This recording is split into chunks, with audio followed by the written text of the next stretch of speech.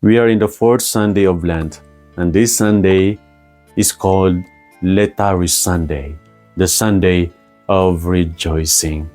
On this season of Lent, we are always singing the beautiful song entitled Hosea. At the start of the song, it says, "Come back to me with all your heart." This is the invitation of the Father to return to Him with all our heart, because our merciful Father is always waiting for our great return. And in the chorus of that song, it says, "Long have I waited for your coming home to me and living deeply our new life."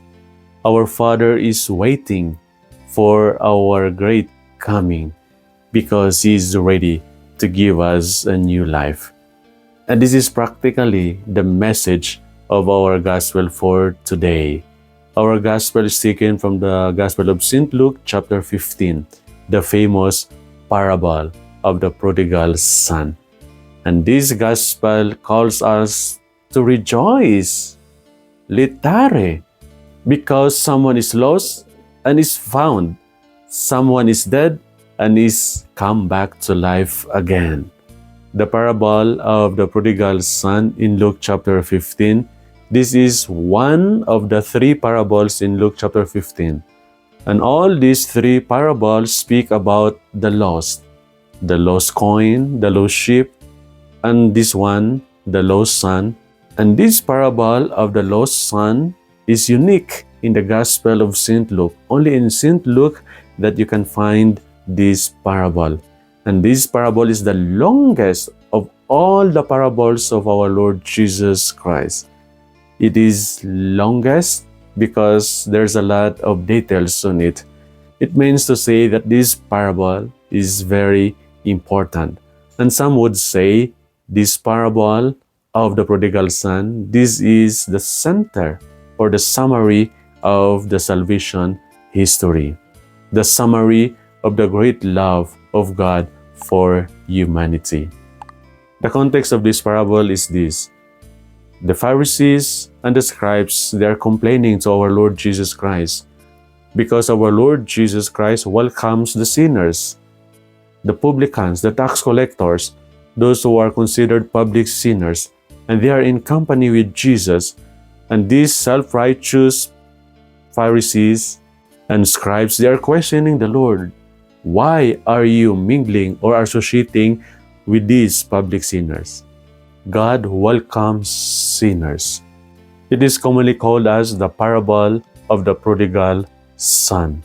Prodigal means extravagant spending or being wasteful. But if you don't mind, I will call this parable as the parable of the prodigal family. The three main characters of the story of the parable, the father, the younger son, and the older son, they are all prodigal. They are all extravagant and wasteful. We start with the younger son. Yes, the younger son asked the share of his inheritance, and he went to a deserted place and squandered everything that he had in dissipation, in the life of merrymaking and worldly allurements. He spent extravagantly his wealth and share. And here comes the older son. The older son is also prodigal. He is prodigal in his self-righteousness and in his arrogance.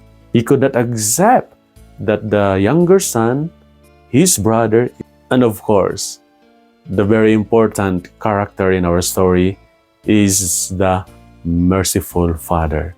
The father is so prodigal in his mercy and his love. He's so wasteful in his love for his two sons.